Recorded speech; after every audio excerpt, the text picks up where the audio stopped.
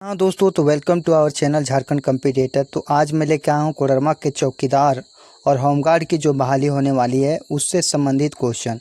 क्योंकि हमने बहुत सारे ज़िला में देखा, जैसे बोकारो हो गया, गिरिडीह हो गया, रामगढ़ हो गया, सरायकेला खरसावा हो गया, सिमडेगा हो गया। इन सारे ज़िलों में जो जितने भी सारे क्वेश्चन पूछे गए हैं, होमगार्ड का बहाली हो या फिर चौकीदार का बहाली हो, उसमें सबसे पहले क्वेश्चन जो है उसी ज़िला से ज़्यादातर क्वेश्चन पूछा जाता है।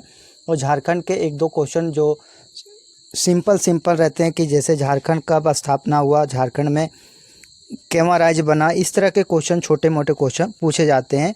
तो आज मैं इसी को लेके आया हूं और आप सभी को ये वीडियो को पूरा देखना है, इससे बाहर नहीं जाएगा। और कब आएगा एडमिट कार्ड मैं बता देता हूं। सबसे पहला ये बहुत ही इम्पोर्टेंट सवाल है, काफ़ी अंदर की खबर है ये, कि अभी जो सीएम हेमंत सोरेन है, इन्होंने निर्देश दिया है कि छोटे छोटे पद जो हैं, होमगार्ड का है, वो चौकीदार है, उसे जल्द से जल्द भरा जाए। और इसका जो कार्यकर्ता होते हैं, जो सर्वा होते हैं, वो जिला के हेड होते हैं, वो डीसी सर होते हैं या तो डीएम सर होते हैं।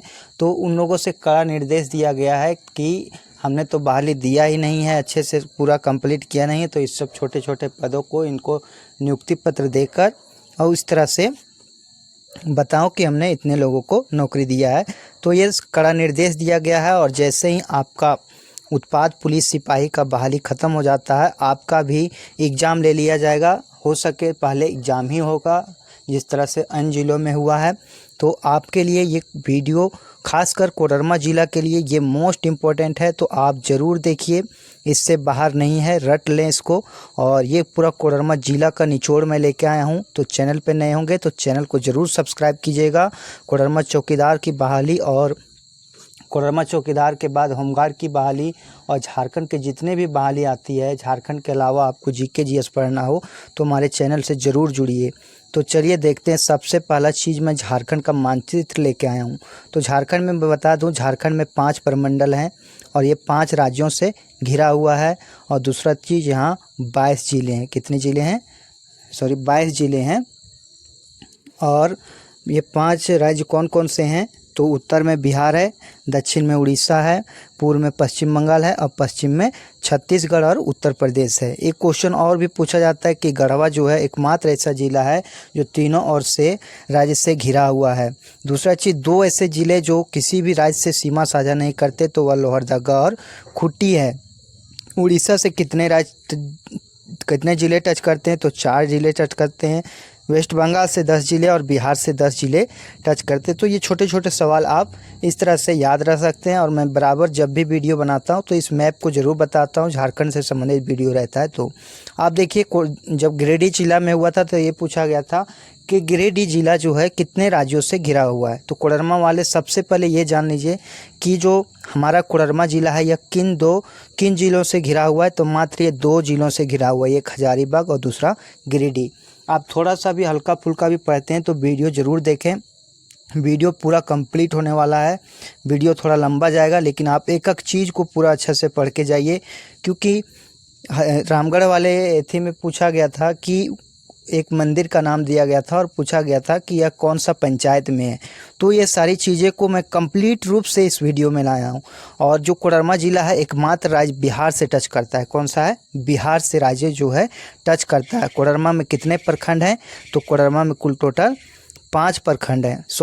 कोडरमा में कुल टोटल 6 प्रखंड हैं। सतगावा हो गया, डोमचांच हो गया, मरकच्चो हो गया, जयनगर, चंदवारा और कोडरमा। तो ये कितने हैं? 6 प्रखंड हैं। तो चलिए अब एक एक करके जानते हैं। सबसे पहले जान लेते हैं कि इसका स्थापना कब हुआ था। कोडरमा का जो जन्म हुआ था, या तो कोडरमा जब स्थापित हुआ था 10 अप्रैल 1994 को। कब स्थापित हुआ था? 10 अप्रैल 1994 को। इसका मुख्यालय कहाँ है? तो मुख्यालय कोडरमा है। इसका क्षेत्रफल यदि पूछा जाएगा 2540 वर्ग किलोमीटर है। और कुल जनसंख्या जो है 7,16,000 है। ये राउंड फाइल में याद रखिए, 7,16,000। दशकीय जनसंख्या वृद्धि दर जो यहाँ सबसे ज़्यादा हुई है, 43.42% यहाँ जनसंख्या वृद्धि दर हुई है। जनसंख्या घनत्व 280 है। यहाँ का जनसंख्या घनत्व यानी 280 है। आगे चीज़ों को जानते हैं। यहाँ का लिंगानुपात यदि देखा जाए तो 953 है। लिंगानुपात कितना है? 953 है। शिशु लिंगानुपात 949 है। और साक्षरता दर यहाँ बहुत ज़्यादा है, 66.84% है। अनुमंडल 1 है और कोडरमा में 6 प्रखंड है। कौन कौन है पहले भी मैं बताया था। विधानसभा क्षेत्र कोडरमा में 1 ही है और लोकसभा क्षेत्र भी खुद है कोडरमा, जिसके सांसद हमारी माननीय श्री अन्नपूर्णा देवी जी हैं। और यह राष्ट्रीय राजमार्ग NH-20 पर है। NH-20 के बगल में ही हमारा कोडरमा बसा हुआ है। कोडरमा एक जंक्शन भी है। अब देखिए यहाँ पे 3 नदियाँ हैं। कौन कौन सी नदियाँ हैं? 3 नदियाँ हैं, बराकर, सकरी और बरसोती। कौन कौन है? बराकर है, सकरी है और बरसोती नदियाँ हैं। प्रमुख खनिज में यदि माना जाए तो इसे अभ्रक नगरी कहा जाता है। अभ्रक यहाँ पे होता है, चूना होता है और क्वार्ज होता है। ये 3 प्रमुख खनिजें हैं। प्रमुख पर्यटक स्थल यदि देखा जाए तो तिलैया डैम प्रसिद्ध है। तिलैया डैम यहाँ के लिए मोस्ट प्रसिद्ध है। देखिए गौतम बुद्ध अभयारण्य भी है जो कोडरमा जिला में है। कोडरमा अभयारण्य है और सतगावा है। सतगावा जो प्रखंड है, तो सतगावा में बहुत बड़े अच्छे अच्छे किले देखने को मिलेंगे आपको। जब आप सतगावा जाइएगा तो आप देख सकते हैं वहाँ बहुत सारे जो राजा महाराजा थे अच्छे अच्छे किले को बना कर रखे हैं। वह पर्यटक स्थल के रूप में हमें काफ़ी आकर्षित करता है देखने के लिए। अब देखिए महत्वपूर्ण तथ्य जो हो जाएगा इसमें, तो महत्वपूर्ण तथ्य में न्यूनतम अनुसूचित जनजाति जनसंख्या वाला जिला है। यानी जो है यहाँ ST जो है सबसे कम है। ST जो है सबसे कम है। अनुसूचित जनजाति का प्रतिशत सर्वाधिक जनसंख्या वृद्धि दर, यहाँ जो है न्यूनतम अनुसूचित जनजाति का प्रतिशत है और न्यूनतम अनुसूचित जनसंख्या भी है। और यदि बोला जाए सर्वाधिक जनसंख्या वृद्धि दर तो यहाँ 43.42% की वृद्धि हुई है। कोडरमा को अभ्रक, भारत की अभ्रक राजधानी कहा जाता है। वही बोले माइका की खान या तो माइका कैपिटल बोला जाता है। उसे किसे बोला जाता है? इसे भारत की अभ्रक की राजधानी कहा जाता है। आप यदि दूसरे ज़िले से हैं, कोई भी ज़िले से, तो आप हमें बताइए कि कौन से ज़िले के बारे में विशेष जानना चाहते हैं। उसके लिए मैं वीडियो बना दूंगा। ये देखिए इसके लिए मैं डिटेल लाया हूँ। दशकीय सर्वाधिक जनसंख्या वृद्धि दर वाला ज़िला, तो सबसे ज़्यादा जो जनसंख्या वृद्धि दर हुआ है वह हुआ है कोडरमा में। ये भी पूछ सकता है कि कोडरमा के बाद सबसे ज़्यादा जनसंख्या वृद्धि दर कहाँ हुआ, तो चतरा और गिरिडीह। ये 3 याद रखिए। आपको ये छोटा सा एग्जाम में इतना बड़ा चीज़ नहीं पूछा जाता है, लेकिन आपको मैं दिखाने के लिए ले आया कि कोडरमा, उसके बाद चतरा आ जाता है, उसके बाद गिरिडीह जो एकमात्र जिला है। चलिए आगे देखते हैं। आगे क्वेश्चन है सर्वाधिक ST। सर्वाधिक ST जो है सो रांची में, लेकिन यदि न्यूनतम ST कहा जाएगा तो कोडरमा में। न्यूनतम ST कहाँ है? कोडरमा में। ये आप याद रखिए। अनुसूचित जनजाति सबसे कम कहाँ पे है? कोडरमा में है। ये इंपॉर्टेंट क्वेश्चन है। आगे भी है कि सर्वाधिक ST प्रतिशत यदि बोला जाएगा तो खूंटी में, मतलब यदि परसेंटेज में पूछा जाएगा कि सर्वाधिक अनुसूचित जनजाति कहाँ रहती है तो खूंटी में रहती है। लेकिन यदि परसेंटेज में सर्वाधिक अनुसूचित जनजाति पूछा जाए तो कोडरमा में रहते 0.96%। कितना? 0.96%। सारा चीज़ है ये। अब देखिए कोडरमा में कोई किला है नहीं, तो कोडरमा से सटा जो जिला है हजारीबाग, तो उसमें पूछ सकता है कि हजारीबाग में कौन कौन सा किला है, तो पद्मा का किला है, बादम का किला और इचाक का किला है। तो ये उससे जो पड़ोसी ज़िले हैं उससे भी थोड़ा मोड़ा क्वेश्चन जो है पूछ सकता है, इसलिए मैं ये लगा कि इम्पोर्टेंस है, इसलिए आपके सामने रखा हूँ। आप याद करिए या तो इसे नहीं भी याद कर सकते हैं। देखिए यहाँ पे मंदिर है माता चंचला देवी मंदिर। माता चंचला देवी यह कोडरमा में स्थित है। कहाँ स्थित है? कोडरमा में स्थित है। एक कोई बता रहे हैं कि सर इसका PDF कहाँ मिलेगा? मैं बता दूं सूरज कुमार, इसका PDF जो है हमारे टेलीग्राम लिंक जो है कमेंट बॉक्स में पिन किया है, उससे जाके आप टेलीग्राम चैनल ज्वाइन कीजिए और वहाँ से आप PDF ले सकते हैं। यह एक शक्तिपीठ है जो कोडरमा गिरिडीह मार्ग पर स्थित है। चंचला देवी पहाड़ी पर स्थित है। ये चंचला देवी पहाड़ी पर स्थित है, इसीलिए इसका नाम माता चंचला देवी मंदिर का नाम पड़ा गया। चंचला देवी माँ दुर्गा का ही रूप है। जो चंचला देवी जो है ये माँ दुर्गा का ही एक रूप है। इस मंदिर में सिंदूर का प्रयोग पूर्णतः वर्जित है और इसमें जो है सिंदूर का प्रयोग नहीं किया जाता है। ये जो मंदिर है माता चंचला देवी, इसमें जो है सिंदूर का प्रयोग नहीं किया जाता है। आगे देखेंगे घोड़सिमर धाम। घोड़सिमर धाम कहाँ पे है? तो घोड़सिमर धाम बोला जाएगा तो ये सतगावा प्रखंड में है, जो कोडरमा का एक अंग है। यह एक विशिष्ट पुरातात्विक सह धार्मिक स्थान है। इस मंदिर परिसर में 4 फीट गोल एक शिवलिंग स्थापित है। इस मंदिर में क्या है? एक 4 फीट का गोल एक शिवलिंग स्थापित है। इस मंदिर का विस्तार जो कहा जाएगा वो पहाड़ी नदी तक है और जो ये घोड़सिमर धाम जो है इसका जो विस्तार यदि कहा जाएगा तो ये पहाड़ी नदी तक है। चलिए आगे जान लेते हैं आगे कौन सा मंदिर है। मंदिर ख़त्म हो गए। अब देखिए मंदिर के बारे में एक और मैं बता दूं कि यहाँ पे जो है एक और प्रसिद्ध मंदिर है जिसे बोलते हैं, मैं नाम भूल रहा हूँ, और ये काफ़ी प्रसिद्ध मंदिर है, होली फैमिली हॉस्पिटल के बगल में है, तो आप ज़रूर कमेंट में बताइएगा। आगे है पड़ोसी राज्यों की सीमाओं को स्पर्श करने वाले झारखंड के ज़िले। आप देखिए झारखंड के कुछ ज़िले जो हैं, सबसे पहले ये जान लीजिए कोडरमा कौन सा राज्य से सीमा साझा करता है, इसलिए मैं ये सारी चीज़ों को ले आया। तो बिहार से 10 ज़िले टच करते हैं, पश्चिम बंगाल से 10 ज़िले टच करते हैं, उड़ीसा से 4 ज़िले टच करते हैं, छत्तीसगढ़ से 4 ज़िले और उत्तर प्रदेश से एकमात्र ज़िला उड़ीसा टच करता है। तो ये इम्पोर्टेंट्स आपके लिए, और ये इम्पोर्टेंट इसलिए है क्योंकि आपको पूछ सकता है कि जो है कोडरमा ज़िला एकमात्र किस राज्य से सीमा साझा करता है, तो वह बिहार से करता है। अब देखिए जो कोडरमा ज़िला है वो किसके अंतर्गत आता है, तो छोटा नागपुर की औसत ऊंचाई 760 मीटर है और इसी के अंतर्गत हमारा कोडरमा ज़िला आता है। इसकी सबसे ऊंची चोटी सम्मेत शिखर पारसनाथ की पहाड़ी है जिसकी ऊंचाई 1365 मीटर या तो 4478 फीट है। यह झारखंड की सबसे ऊंची चोटी है। जो छोटा नागपुर का पठार है इसकी ऊंचाई कितनी 760 मीटर है, ये याद रखिएगा। और ये 4478 फीट, ये एसआई दरोगा में ये क्वेश्चन पूछा गया था, काफ़ी लोगों ने इस क्वेश्चन को गलत किया था, तो आप ये चीज़ें ध्यान रखेंगे। अगला आ जाता है मिट्टी का विस्तार, यानी मिट्टी का नाम। यहाँ कोडरमा में ज़िला में किस प्रकार का मिट्टी पाया जाता है, तो यहाँ अभ्रक ज़्यादा पाया जाता है, इसलिए अभ्रक मूलक मिट्टी ज़्यादा पाया जाता है। कहाँ पाया जाता है, अभ्रक मूलक मिट्टी ज़्यादा पाया जाता है। आप देखेंगे इसका विस्तार कहाँ कहाँ है, कोडरमा में है, मांडू में है, झुमरी तिलैया में है और बड़का गांव में है। ये सारे जो है यहाँ पे अभ्रक मूलक मिट्टी का विस्तार है। अभ्रक के खानों के समीप यह मिट्टी पाई जाती है। अभ्रक के जहाँ खान रहते हैं उसी के समीप यह मिट्टी पाई जाती है। कोडरमा, झुमरी तिलैया, मांडू, बड़का गांव के क्षेत्रों में इस मिट्टी के पाए जाने के कारण इस क्षेत्र को अभ्रक पट्टी के नाम से जाना जाता है। और यहाँ पे जहाँ पे अभ्रक मूलक मिट्टी पाया जाता है उसे हम अभ्रक पट्टी के नाम से जानते हैं। इस मिट्टी का रंग हल्का गुलाबी होता है तथा कुछ स्थानों पर नमी के कमी के कारण इसका रंग पीला होता है।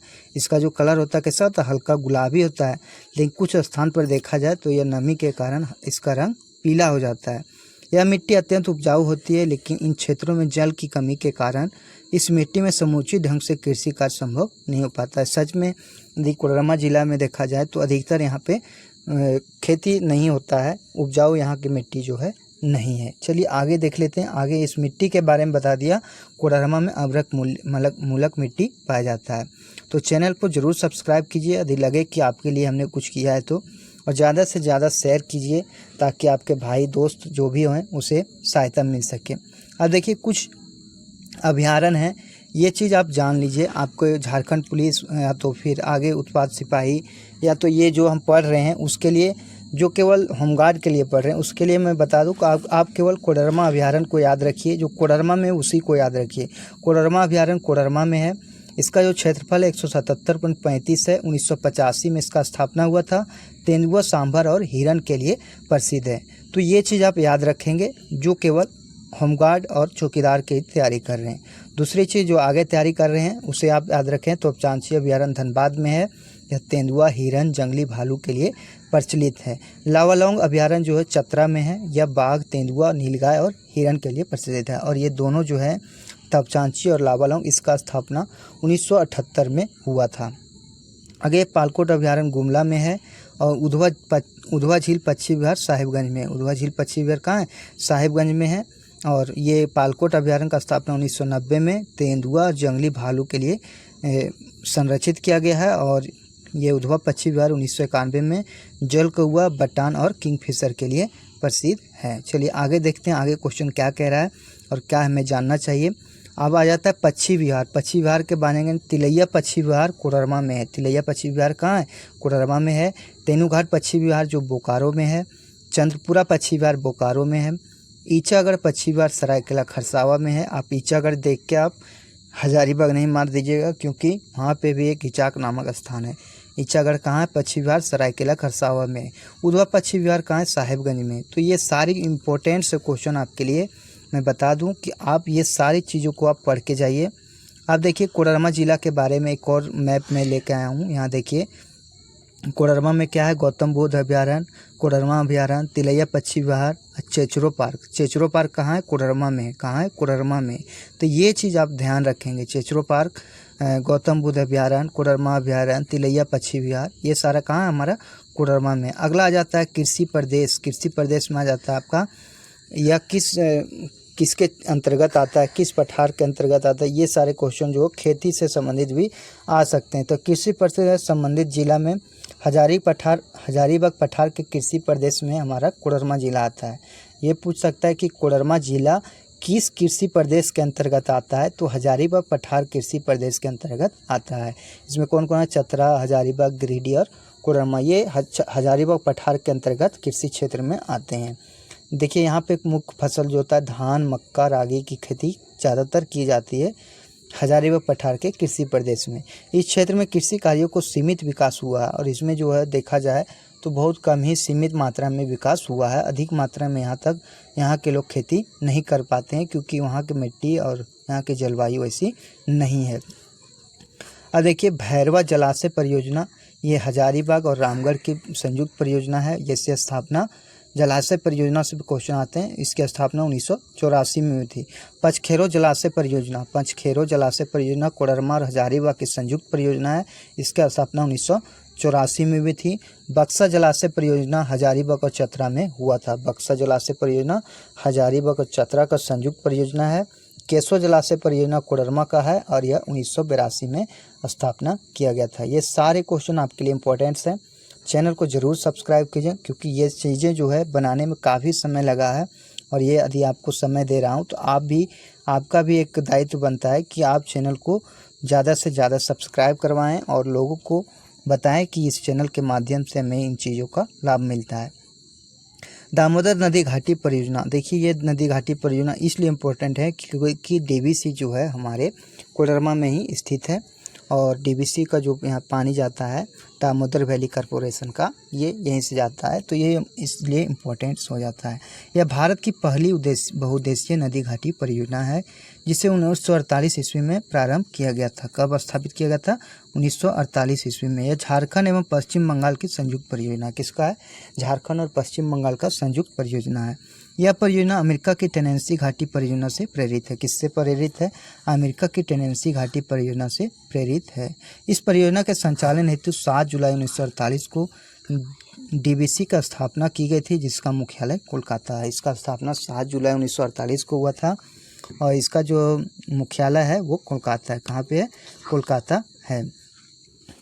इस परियोजना के अंतर्गत 8 बड़े बांध हैं। ये सारी चीज़ों को आप जान लीजिए क्योंकि कोडरमा जहाँ जहाँ आ जाता है वहाँ से क्वेश्चन आपको देखने को मिलेगा। और ये दामोदर घाटी परियोजना के अंतर्गत 8 बड़े बांध हैं, 1 अवरोधक बांध है, 6 जल विद्युत परियोजनाएं हैं और 3 तापीय विद्युत गृह हैं का निर्माण किया गया है। तो कितने, 8 बड़े बांध का निर्माण किया गया है, 3 गो तापीय हैं और 6 गो जल विद्युत हैं। ये चीज़ें आप याद रखेंगे। तिलैया एवं मैथन एवं बाल पहाड़ी दामोदर की सहायक बराकर नदी पर स्थित है। दामोदर की तिलैया और मैथन जो बांध है वह दामोदर की सहायक बराकर नदी पर स्थित है। और पंचेत और अय्यर एवं बेरमो दामोदर नदी पर है। ये तीनों जो है पंचेत और अय्यर ये बेरमो नदी पर है। ये क्वेश्चन पूछा भी गया है। बोकारो जो है दामोदर की सहायक बोकारो नदी पर है और कोनार जो है सो कोनार नदी पर स्थित है। आप देखिए दामोदर घाटी परियोजना के 4 प्रमुख बांध हैं, तिलैया है, कोनार है, मैथन और पंचेत है। तिलैया जो है 21 फरवरी 1953 को स्थापना हुआ था। संबंधित नदी बराकर है, संबंधित जिला कोडरमा है। जल ग्रहण क्षेत्र है 984। कितना जल ग्रहण करता है, 984। कोनार जो है इसका प्रारंभ तिथि 15 अक्टूबर 1955 है और संबंधित नदी कोनार है और संबंधित जिला हजारीबाग और 997 किलोमीटर स्क्वायर में इसका जलग्रहण क्षमता है। मैथन जो है 27 सितंबर 1957 को स्थापना हुआ था। बराकर नदी है संबंधित नदी और संबंधित जिला धनबाद है। 6253 जलग्रहण क्षमता है। पंचेत नदी जो 6/12/1959 को स्थापना हुआ था और दामोदर नदी संबंधित नदी है। धनबाद जो संबंधित जिला है और 10,966 वर्ग किलोमीटर स्क्वायर में स्थित है। तो ये सारे क्वेश्चन जो आपके लिए इम्पोर्टेंट्स है तो ज़रूर पढ़िए और चैनल को भी सब्सक्राइब कीजिए यदि लगे कि हमने आपके लिए कुछ किया है तो। आगे है, इस परियोजना के तहत झारखंड में स्थापित ताप विद्युत केंद्र 2000 मेगावाट व जल विद्युत केंद्र 147.2 मेगावाट की कुल विद्युत उत्पादन 2147.2 मेगावाट है। कितना है? 2147.2 मेगावाट बिजली का उत्पादन किया जाता है। तो ये सारे क्वेश्चन आपके लिए मोस्ट इम्पोर्टेंट है। आगे आ जाता है, ये देखिए मैप है और इस मैप के अंतर्गत आप समझ सकते हैं कि मैथन बांध कहाँ है, पंचेत बांध कहाँ है, तिलैया बांध है, तेनूघाट बांध है, कोनार बांध है। कोनार बांध कोनार नदी पर है, तेनूघाट दामोदर नदी पर है, मैथन जो है सो दामोदर नदी पर है, पंचेत जो है दामोदर नदी पर है। ये सारे क्वेश्चन जो है आप एक मैप के माध्यम से भी जान सकते हैं। अब देखिए एक और आ जाता है, झारखंड में विभिन्न आपदाओं से प्रभावित जिला। कौन आ जाता है? आपदाओं से प्रभावित जिले का विवरण। अब हम जानेंगे कि जो हमारा कोडरमा है ये जोन 3 के अंतर्गत आता है। किसके अंतर्गत आता है? जोन 3 के अंतर्गत आता है। भूकंप के क्षेत्र में जोन 3 के अंतर्गत आता है। इसके अंतर्गत कितने जिले आते हैं? 15 जिले। आप इतना ही याद रखिए, क्योंकि जिस जिले के अंतर्गत आता है, भूकंप में किस जोन के अंतर्गत आता है तो जोन 3 के अंतर्गत आते हैं। और इस भूकंप में जो जोन 3 है वो उसमें कितने जिले हैं? 15 जिले हैं। आगे आ जाता है अभ्रक औद्योगिक मिट्टी। अभ्रक औद्योगिक मिट्टी भारत की सबसे बड़ी औद्योगिक पट्टी है। अभ्रक औद्योगिक पट्टी जो है भारत की सबसे बड़ी औद्योगिक पट्टी है। विस्तार है कोडरमा, झुमरी, तिलैया, गिरिडीह। दामोदर घाटी औद्योगिक पट्टी जो है अन्य नाम बोकारो धनबाद औद्योगिक पट्टी। कौन सा है? बोकारो धनबाद औद्योगिक पट्टी। झारखंड की सबसे विस्तृत औद्योगिक पट्टी है। विस्तार है खलारी से कुमारडुब्बी तक। खलारी से कुमारडुब्बी तक है। टुंडू नामक स्थान पर जस्ता जलाया जाता है। टुंडू नामक स्थान पर जो है जस्ता को जलाया जाता है। अब देखिए ये किसके अंतर्गत आता है? तो ये रियाड़ा के अंतर्गत आता है। रांची औद्योगिक क्षेत्र विकास प्राधिकरण रियाड़ा। इसका संबंधित प्रमंडल है दक्षिणी छोटा नागपुर और उत्तरी छोटा नागपुर और पलामू। संबंधित जिले में आ जाता है रांची, गुमला, लोहरदगा, हजारीबाग, रामगढ़, कोडरमा, पलामू और गढ़वा। ये जिले हो जाते हैं संबंधित जिले। आप देखिए इसमें जो है कौन कौन सा ये बनाया गया है, कहाँ कहाँ कौन सा फैक्ट्री बनाया गया है। तो इसमें जो है सबसे मोस्ट इम्पोर्टेंट है आपका जय दुर्गा आयरन प्राइवेट लिमिटेड।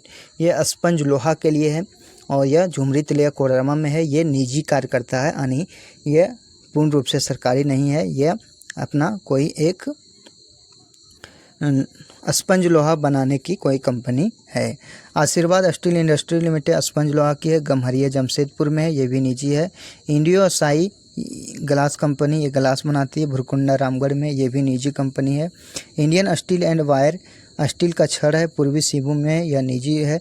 तो ये सारे इम्पोर्टेंट्स क्वेश्चन हैं आपके लिए, आप ज़रूर पढ़ के जाएँ, आपके लिए मोस्ट इम्पोर्टेंट है। आप ऐसे वीडियो को आप कहीं नहीं पाएंगे इस चैनल के माध्यम से। मैं बता दूं कि मैं सारे जो हैं आपको मैं क्वेश्चन दिखाऊंगा, बोकारो का, गिरिडीह का, रामगढ़ का। झारखंड के राष्ट्रीय राजमार्ग के में परिवर्तन के बाद झारखंड का सबसे लंबा राष्ट्रीय राजमार्ग NH-20 है। कौन सा है? NH-20, जिसकी लंबाई 391.6 किलोमीटर है। कितना है? 391.6 किलोमीटर, जिसमें एक 6 जिले के अंतर्गत आता है। कोडरमा, हजारीबाग, रामगढ़, रांची, खूंटी और पश्चिमी सिंहभूम से होकर गुजरता है। तो सबसे बड़ा राष्ट्रीय राजमार्ग बोलेगा तो कौन सा? NH-20 है। चलिए आगे देखते हैं। राष्ट्रीय राजमार्ग परिवर्तन से पूर्व झारखंड का सबसे लंबा राष्ट्रीय राजमार्ग NH-33 था, जिसकी लंबाई 333 किलोमीटर थी तथा अन्य 6 जिलों से होकर गुजरता था। इसके पहले कौन था? NH-33 था, जिसे जो अब चेंज हो गया NH-20 हो गया है। जी हाँ, अब देखते हैं हम झारखंड में राष्ट्रीय राजमार्ग। जो झारखंड के राष्ट्रीय राजमार्ग के परिवर्तन के बाद जो नाम बना हुआ है वो देखते हैं। जैसे NH-114, ये का नाम पुराना नाम पता नहीं है। NH-18 जो 32, 33, 6 और 5 मिला के NH-18 बन गया। अगला देखिए NH-32 था, उससे NH-18 किया गया। NH-63 था, उससे 19 किया गया। और आगे है 23, 31, 33, 75 को NH-20 किया गया। ये कोडरमा, बरी, हजारीबाग, रांची, खूंटी, मुरहू, चक्रधरपुर, चाईबासा और जैतगढ़ के लिए प्रसिद्ध है। तो हमारा कोडरमा किस NH के अंतर्गत आता है, ये आप याद रखेंगे, तो NH20 के अंतर्गत आता है। अब देखिए रेलवे परियोजनाएं जो है ये आपके लिए मोस्ट इम्पॉर्टेंट है। बता दें कोडरमा गिरिडीह की जो लंबाई है, ये पूछ सकता है आपको कि कोडरमा गिरिडीह रेल परियोजना की लंबाई कितनी है, तो 111 किलोमीटर। कोडरमा हजारीबाग और रांची की लंबाई कितनी है, 203 किलोमीटर। कितनी है, 203 किलोमीटर। देवघर दुमका रामपुर हाट की लंबाई कितनी है, 124 किलोमीटर। लोहरदगा और रांची की लंबाई कितनी है, 113 किलोमीटर। और कोडरमा तिलैया की लंबाई कितनी है, 14 किलोमीटर। तो ये चीज़ें आप याद रखेंगे, रेलवे परियोजना से भी आपको क्वेश्चन देखने को मिलेगा। ये देखिए कोडरमा थर्मल पावर कॉरपोरेशन, इससे क्वेश्चन आपको देखने को मिलेगा। ये बता दें ये जो कोडरमा थर्मल पावर कॉरपोरेशन जो है ये कोडरमा ज़िले के लाराबाद स्टेशन के बगल में है। तो आप यहाँ घूमे होंगे, कोडरमा डिस्ट्रिक्ट के होंगे तो, और नहीं भी अदर डिस्ट्रिक्ट के होंगे तो आप ज़रूर घूमिए, काफ़ी अच्छा जगह है। और आगे देखते हैं इसके बारे में। कोडरमा ताप विद्युत गृह, कोडरमा ताप विद्युत गृह, यह विद्युत गृह कोडरमा जिले में जयनगर प्रखंड के बांझेडी नामक स्थान पर स्थित है। जयनगर प्रखंड में बांझेडी में स्थित है कोडरमा थर्मल पावर कॉरपोरेशन। इसके बारे में और जानते हैं। इस विद्युत गृह का संचालन दामोदर घाटी निगम द्वारा किया जाता है। किसके द्वारा किया जाता है, दामोदर घाटी निगम द्वारा किया जाता है। इस विद्युत गृह की उत्पादन क्षमता 1000 मेगावाट है, जिसमें 500 मेगावाट के 2 शक्ति गृह स्थापित हैं। 500 मेगावाट के 2 शक्ति गृह स्थापित हैं। इस विद्युत गृह में विद्युत उत्पादन हेतु बिटुमिनस कोयला का उपयोग किया जाता है। इसमें कौन सा कोयला का प्रयोग करते हैं, बिटुमिनस कोयला का उपयोग किया जाता है। आगे हम देखेंगे झारखंड में जल विद्युत परियोजनाएं। झारखंड में जो जल विद्युत परियोजनाएं हैं उसके बारे में हमें जानना चाहिए। तो पहला है तिलैया जल विद्युत केंद्र। तिलैया जल विद्युत केंद्र यह झारखंड की प्रथम जल विद्युत परियोजना है। झारखंड की प्रथम जल विद्युत परियोजना कौन सी है, तो यह है तिलैया जल विद्युत परियोजना। इसकी स्थापना 1953 ईस्वी में दामोदर घाटी निगम द्वारा की गई थी। इसका स्थापना कब हुआ था, 1953 में दामोदर घाटी निगम द्वारा किया गया था। यह कोडरमा जिले में बराकर नदी पर स्थित है। कोडरमा जिला में कहाँ स्थित है, बराकर नदी में स्थित है। इसकी उत्पादन क्षमता 4 मेगावाट है, जिसमें 2 मेगावाट की 2 इकाइयाँ स्थित है। 2 मेगावाट की 2 इकाइयाँ स्थित है। अब देखिए ये आ जाता है आपका झारखंड की प्रशासनिक ढांचा। झारखंड की प्रशासनिक ढांचा, उत्तरी छोटा नागपुर जिसका मुख्यालय कहाँ, हजारीबाग। इसमें जिला आ जाता है हजारीबाग, गिरिडीह, चतरा, धनबाद, बोकारो, रामगढ़, कोडरमा। इसके अंतर्गत कितने आते हैं, 7 जिले आते हैं। उत्तरी छोटा नागपुर प्रमंडल के अंतर्गत कितने जिले आते हैं, 7 जिले आते हैं, 13 अनुमंडल आते हैं और 72 प्रखंड आते हैं। कितने, 72 प्रखंड आते हैं। तो ये आप जरूर याद रखिएगा, क्योंकि इसके अंतर्गत हमारा कोडरमा जिला आता है, उत्तरी छोटा नागपुर के अंतर्गत। चलिए आगे हम देखेंगे और आगे जानेंगे। कोडरमा देखिए, कोडरमा को हम भारत की अभ्रक की राजधानी, चमकीली धरती भी कहा जाता है, और चतरा को छोटा नागपुर का प्रवेश द्वार। अब देखिए कोडरमा में एक और आ जाता है तिलैया डैम, गौतम बुद्ध अभयारण्य, कोडरमा अभयारण्य, मैं पहले भी बताया था। तो अब ज़रूर ये चीज़ों को याद रखेंगे। अब देखिए कुछ योजनाएं हैं जो कोडरमा जिला में शुरू की गई थी और कोडरमा जिले के लिए इम्पोर्टेंट है। पहला आ जाता है सतत आजीविका योजना। सतत आजीविका योजना ग्रामीण गरीबों और आदिवासियों समुदायों के लिए अस्थायी आजीविका के अवसर प्रदान करता है। यानी अवसर का जो आजीविका के अवसर को प्रदान करने वाला सतत आजीविका योजना है। कोडरमा इस योजना के तहत गरीब परिवारों को आजीविका संबंधी प्रशिक्षण और वित्तीय सहायता प्रदान की जा रही है। इसके अंतर्गत क्या चीज़ किया जा रहा है, वित्तीय सहायता दी जा रही है और कुछ प्रशिक्षण भी दिए जा रहे हैं, ताकि वो कुछ अपने पैरों पर खड़ा होकर या तो अपने कुछ हुनर के माध्यम से कुछ अपने आजीविका को चला सके। आगे देखिए, आगे Jharkhand startup policy. Jharkhand startup policy, इसका उद्देश्य क्या था, राज्य के युवाओं को स्टार्टअप शुरू करने के लिए प्रोत्साहित करना और वित्तीय व तकनीकी सहायता प्रदान करना। मतलब जो स्टार्टअप शुरू करने के लिए जो युवाओं को प्रोत्साहित करने के लिए जो यह योजना चलाई गई थी, इसका फ़ायदा ये था कि कोडरमा के युवा उद्यमियों को इस नीति के तहत स्टार्टअप शुरू करने के लिए मदद मिल रही है, जिससे नई नौकरियां सृजित हो रही है और आर्थिक विकास को बढ़ावा मिल रहा है। यानी इससे क्या हो रहा है, आर्थिक जो विकास हो रहा है, आर्थिक विकास को बढ़ावा मिल रहा है और स्टार्टअप शुरू करने के लिए उन्हें मदद मिल रही है। अगला योजना देखते हैं, बिरसा हरित ग्राम योजना। बिरसा हरित ग्राम योजना, उद्देश्य इसका क्या था, तो ग्रामीण क्षेत्रों में वन संरक्षण और वृक्षारोपण को बढ़ावा देना, साथ ही आदिवासी समुदायों को रोजगार प्रदान करना इसका उद्देश्य था। तो एक चीज़ ये पूछा जा सकता है, डायरेक्ट क्वेश्चन पूछ देगा वो, वृक्षारोपण को बढ़ावा देने के लिए कौन सी योजना शुरू की गई, तो बिरसा हरित ग्राम योजना। साथ ही आदिवासी समुदायों को रोजगार प्रदान करना, इसका फ़ायदा ये था कि कोडरमा में इस योजना के अंतर्गत बड़े पैमाने में वृक्षारोपण किया जा रहा है, जिससे पर्यावरण संरक्षण और ग्रामीण रोजगार सृजन में मदद मिल रही है। क्या हो रहा है? पर्यावरण संरक्षण और ग्रामीण रोजगार सृजन में मदद मिल रही है। आगे देखेंगे, मुख्यमंत्री पशुधन विकास योजना। उद्देश्य ये है कि राज्य के किसानों और ग्रामीण क्षेत्रों में पशुधन के विकास को बढ़ावा देता है। क्या चीज़ करता है? ग्रामीण क्षेत्र में पशुधन के विकास को बढ़ावा देना है। फायदा ये है कि कोडरमा के किसानों को इस योजना के तहत पशुधन जैसे गाय, बकरी और मुर्गी पालने के लिए वित्तीय और तकनीकी सहायता मिल रही है। यही आलाप जो है बराबर मुख्यमंत्री अलापते हैं कि हम रोज़गार कहाँ से दें, लेकिन कोई भी जो अभी तक पेपर जितने भी हुए हैं पूर्ण रूप से अच्छे तरीके से वो नहीं कर पाए हैं, चाहे वो जेपीएससी हो व पीजीटी हो, लैब असिस्टेंट हो, सारे जो हैं ये कहीं ना कहीं धांधली हो रहा है। और कई युवा जो हैं हमारे साथी लोग, या तो हम भी कई बार आंदोलन करने के लिए गए, लेकिन वहाँ पे हमें डंडे खाने को मिलता है। ये हमारे लिए काफ़ी दुर्भाग्य की बात है। अगला आ जाता है मुख्यमंत्री रोजगार सृजन योजना। मुख्यमंत्री रोजगार सृजन योजना उद्देश्य है बेरोजगार युवाओं को स्वरोजगार और छोटे उद्योग शुरू करने के लिए आर्थिक सहायता और प्रशिक्षण प्रदान करना। फायदा यह है कि कोडरमा के युवाओं को इस योजना के तहत वित्तीय सहायता और कौशल विकास प्रशिक्षण मिल रहा है, जिससे वे अपने खुद के व्यवसाय शुरू कर सकते हैं और आत्मनिर्भर बन सकते हैं। जिससे वो क्या कर सकते हैं? व्यवसाय शुरू कर सकते हैं और आत्मनिर्भर बन सकते हैं। आगे हम देखेंगे झारखंड कृषि ऋण माफ़ी योजना। झारखंड कृषि ऋण माफ़ी योजना, इसका उद्देश्य यह था कि राज्य के किसानों को कृषि ऋण को माफ़ करना और उन्हें आर्थिक रूप से मजबूत करना।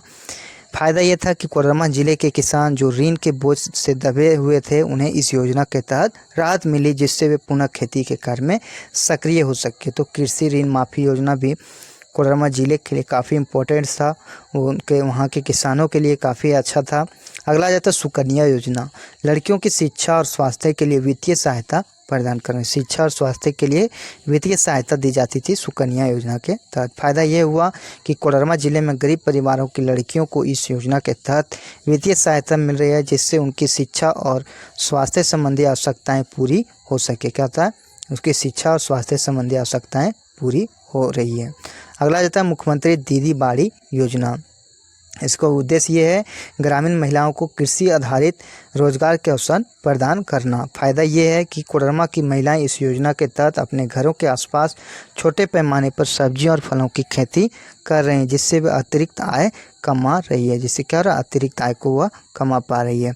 देखिए, जो उत्पाद सिपाही के लिए फॉर्म भरे हैं, जो हिंदी रखे हैं सेकंड पेपर क्षेत्रीय लैंग्वेज, इससे आपके 100 क्वेश्चन पूछे जाएंगे। और यदि आप ये कृतिका और क्षितिज ये दोनों पार्ट जो हैं इस बुक में है, तो आप ये बुक नहीं लिए हैं तो कोई बात नहीं है, ले भी सकते हैं, या तो नहीं लिए हैं तो हमारे चैनल के माध्यम से इसकी क्लासेस जल्द ही शुरू की जाएगी, तो आप हमारे से पढ़ सकते हैं।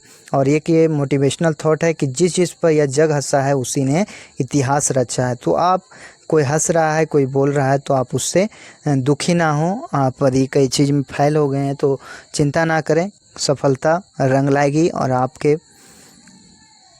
ज़रूर सफल होंगे। धन्यवाद। जय हिंद, जय भारत। पुनः कहूँगा कि यदि आप लगे कि मेरे से आप कुछ सीख पाए हैं तो चैनल को सब्सक्राइब ज़रूर कीजिएगा और अपने व्हाट्सएप ग्रुप में शेयर ज़रूर कीजिएगा। धन्यवाद। जय हिंद, जय भारत। अपने और अपने परिवार का ख्याल रखें।